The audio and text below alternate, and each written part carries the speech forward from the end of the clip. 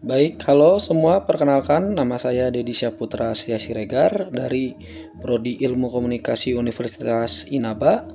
Di sini saya mau menjelaskan satu teori dalam ilmu komunikasi, yaitu komunikasi organisasi, yang nama teorinya adalah teori motivasi higien. Nah, teori motivasi ini juga dikenal dengan teori dua faktor ya, dikembangkan oleh seorang psikolog bernama Friedrich Herbrechts pada tahun 1959. Nah, teori ini juga membedakan dua jenis faktor yang mempengaruhi kepuasan kerja. Faktor-faktor itu adalah dua faktor tersebut adalah faktor motivasi dan faktor higieni. Nah, faktor yang pertama yang akan kita jelaskan itu adalah faktor motivasi ya teman-teman. Nah, faktor motivasi ini berkaitan dengan unsur-unsur dalam pekerjaan yang dapat meningkatkan meningkatkan kepuasan kerja dan mendorong individu untuk bekerja lebih keras lagi dan lebih baik lagi. Nah, faktor ini itu berhubungan sekali dengan yang namanya pencapaian, pengakuan, tanggung jawab, pekerjaan itu sendiri, dan kesempatan untuk berkembang. Nah, contoh-contohnya untuk yang motivasi ini itu pertama itu tadi pencapaian. Pencapaian itu perasaan berhasil dalam mencapai tujuan atau menyelesaikan tugas dengan baik. Yang kedua itu adalah penghargaan. Penghargaan ini adalah pengakuan atas kinerja dan kontribusi yang diberikan. Kemudian yang ketiga itu contohnya itu tanggung jawab. Pemberian tanggung jawab yang lebih besar untuk pekerjaan atau proyek. Nah, keempat itu pekerjaan itu sendiri, tugas yang menantang dan memuaskan. Yang kelima itu peluang untuk berkembang, kesempatan untuk meningkatkan keterampilan atau naik jabatan. Nah, faktor-faktor ini juga meningkatkan motivasi untuk kinerja pekerja sehingga mereka lebih puas dan berkomitmen terhadap pekerjaan tersebut. Untuk yang ini itu lebih benar-benar seperti perusahaan itu mengapresiasi semua pekerjaan kita dengan baik. Kalau contohnya seperti itu, kita mengerjakan satu pekerjaan dengan baik, kita ada mendapat pujian, mendapat apresiasi, mendapat kata-kata motivasi. Kalau untuk yang pertama itu faktor motivasi seperti itu. Yang kedua itu ada faktor higien. Faktor ini erat berkaitannya tentang kondisi lingkungan kerja dan kondisi fisik ya teman-teman, yang jika tidak terpenuhi dapat menyebabkan ketidakpuasan. Namun meskipun faktor ini sangat penting untuk mencegah ketidakpuasan, keberadaan faktor higien yang baik tidak serta merta meningkatkan kepuasan atau motivasi kerja. Nah, contoh-contoh faktor higien ini itu yang pertama itu berupa yang tadi kondisi fisik ya.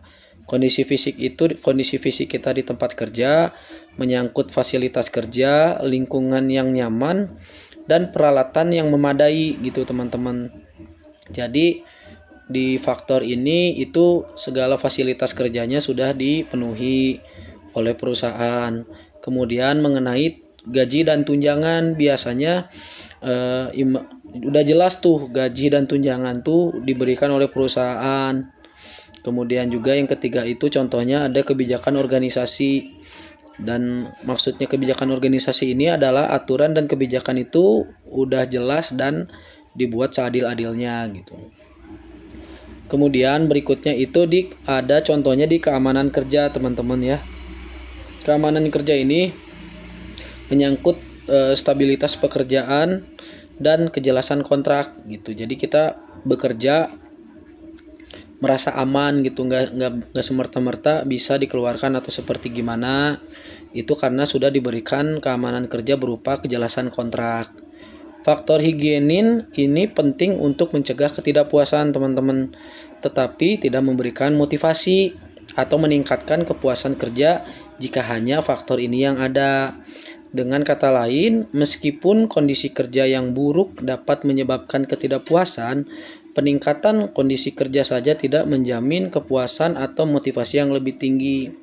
Nah, inti dari teori ini adalah kepuasan kerja dan ketidakpuasan kerja dipengaruhi oleh dua jenis faktor yang berbeda. Jadi ada 2 jenis faktor yang membedakan kepuasan ini. Yang pertama itu faktor motivasi berhubungan dengan pencapaian dan pengakuan yang mendorong orang untuk bekerja lebih baik, seperti puji-pujian dari bos, seperti apresiasi dari bos, seperti kata-kata yang baik dari bos atau dari atasan. Itu yang pertama.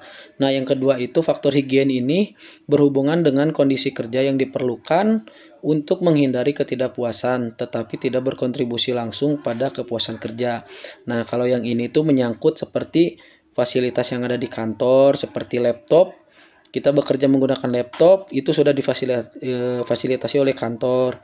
Kita bekerja di ruangan sudah ada mejanya, sudah ada AC. Jadi menyangkut fasilitas dan kemudian juga tunjangan kerja dan gaji itu sudah jelas isinya berapa. Kemudian juga yang dijamin yang tadi dijamin juga itu soal keamanan kerja.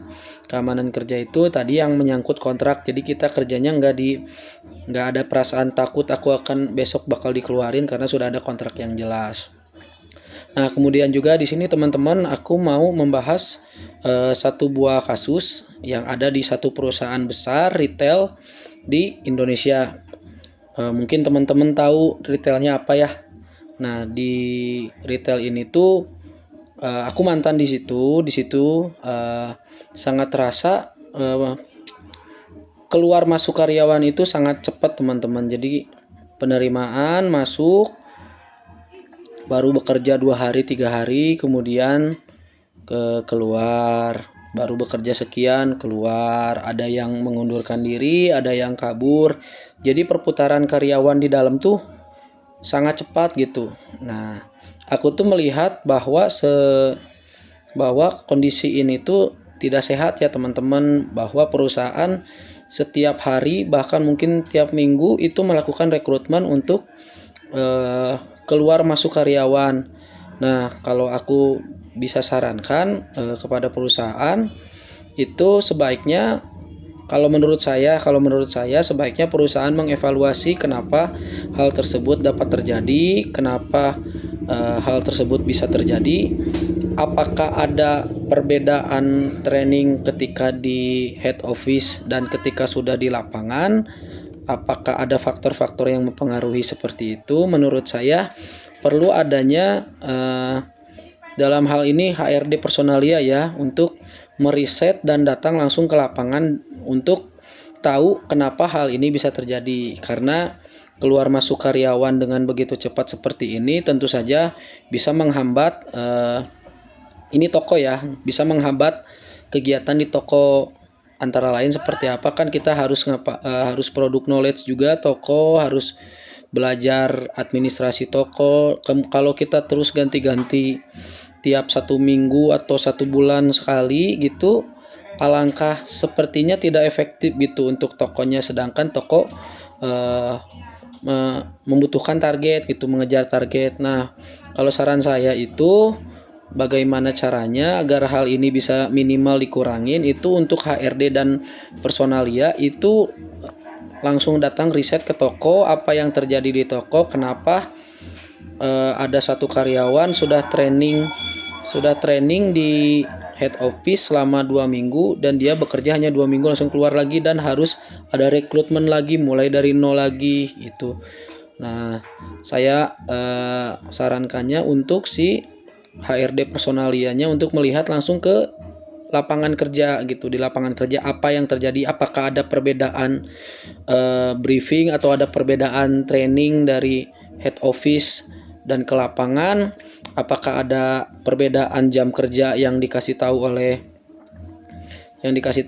head office ketika training dan perbedaan jam kerja ketika benar-benar ada di toko. Karena faktor-faktor itu juga sepertinya mempengaruhi apakah ada sesuatu yang harus ditanggung oleh karyawan di toko tapi di head office tidak dikasih tahu. Nah, sepertinya perlu untuk mendalami kenapa hal ini bisa terjadi, sehingga untuk kedepannya bisa dikurangi atau minimal diminimalisir untuk keluar masuk karyawan terlalu cepat seperti itu demi perusahaan juga seperti itu. Baik, sekian dari saya, Deddy Syaputra. Terima kasih.